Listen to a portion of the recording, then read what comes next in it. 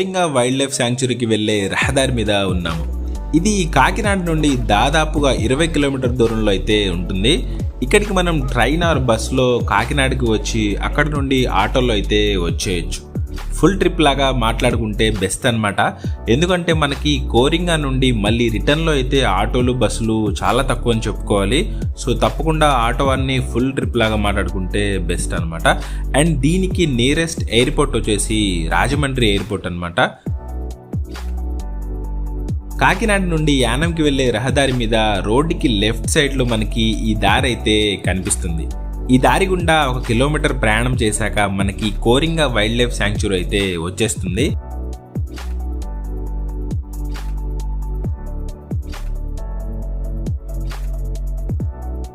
కాకినాడకి దగ్గరలో ఉన్న పర్యాటక ప్రదేశాల్లో ఈ కోరింగా వైల్డ్ లైఫ్ శాంక్చురీ కూడా ఎంతో చెప్పుకోదగ్గది.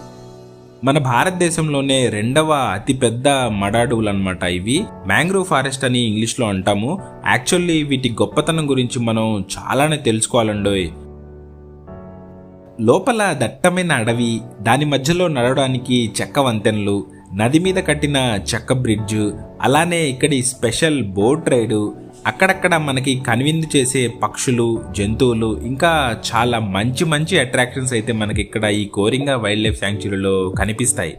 ముఖ్యంగా ప్రకృతి ప్రేమికులకి ఇది ఎంతగానో నచ్చేస్తుందన్నమాట. సో మీరు కనుక ఇక్కడికి రావాలి అనుకుంటే ఈ వీడియో మీకు ఎంతగానో ఉపయోగపడేలాగా నేనైతే నా అనుభవాన్ని సంవత్సరం పొడవునా ప్రతి వారంలో 6 రోజులు ఉదయం 9 గంటల నుండి సాయంత్రం 5 గంటల వరకు ఇది పర్యాటకులకి అందుబాటులో ఉంటుంది. మంగళవారం రోజు మాత్రం ఇది క్లోజ్ చేసి ఉంటుందన్నమాట. తప్పకుండా మనం నోట్ చేసుకోవాల్సిన విషయం అయితే, మీరు కనుక ఇక్కడికి రావాలనుకుంటే మంగళవారం తప్ప మిగిలిన ఏ వారమైనా రావచ్చు. సీజన్ గురించి మనం మాట్లాడుకుంటే ముఖ్యంగా వింటర్ సీజన్లో నవంబర్ నుండి ఫిబ్రవరి వరకు దీనికి బెస్ట్ టైం అని చెప్తున్నారు. ఆ టైంలో వలస పక్షులు చాలా ఇక్కడికి వస్తాయంట. లోపలికి వెళ్లే ముందు ఎంట్రన్స్లో మనకి ఇక్కడ కొన్ని అందమైన పెయింటింగ్స్ కనువిందు చేస్తాయి. ఈ ప్రదేశం యొక్క విశేషాలన్నీ, ఇక్కడ మనకి కనిపించే పక్షులు, వాటి గురించి చక్కగా పెయింటింగ్స్ రూపంలో చూపించడం అయితే జరిగింది.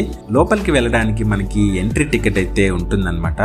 ఆంధ్రప్రదేశ్ అటవీ శాఖ వారిచే నడపబడుతున్న ఈ కోరింగా వైల్డ్ లైఫ్ శాంక్చురీకి పెద్దవారికి 20 రూపాయలు, పిల్లలకి 10 రూపాయల టికెట్ అయితే వీళ్ళు ఛార్జ్ చేస్తున్నారు.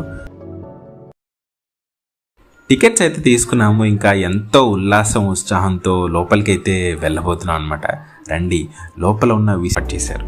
వీటి మీద నడుస్తూ అడవి మధ్యలో నుండి పోతూ ఉంటే ఆ అనుభూతి ఎంతో గొప్పగా అనిపిస్తుంది.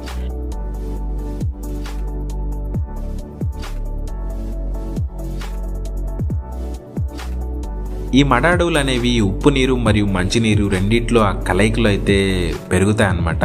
దాదాపుగా 30 రకాల చెట్ల జాతులు, 120 జంతు జాతులు అయితే ఇక్కడ నివసిస్తాయంట. ఇలాంటి ప్రదేశాలకు మనతో పాటు పిల్లల్ని కూడా తీసుకువస్తే వాళ్ళు కూడా నేచర్ గురించి ఎన్నో కొత్త విషయాలైతే తెలుసుకోవచ్చు. నీటి కుక్క, మొసళ్ళు, నక్క, సముద్రపు తాబేళ్లు, వాటితో పాటు నీటి కాకి, కొంగ, నారాయణ పక్షులు, బాతులు, నత్తలు, మొప్పలు, ఇలా పలు రకాల జీవజాతులు ఇక్కడ ఆవాసం ఏర్పాటు చేసుకొని ఉంటున్నాయంట.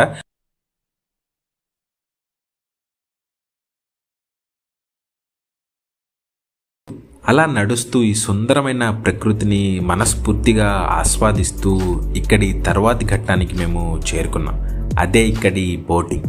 కోరింగా అందాలని మరింతగా ఆస్వాదించాలంటే తప్పకుండా ఇక్కడి బోటింగ్ అయితే మీరు ట్రై చేయాల్సిందే.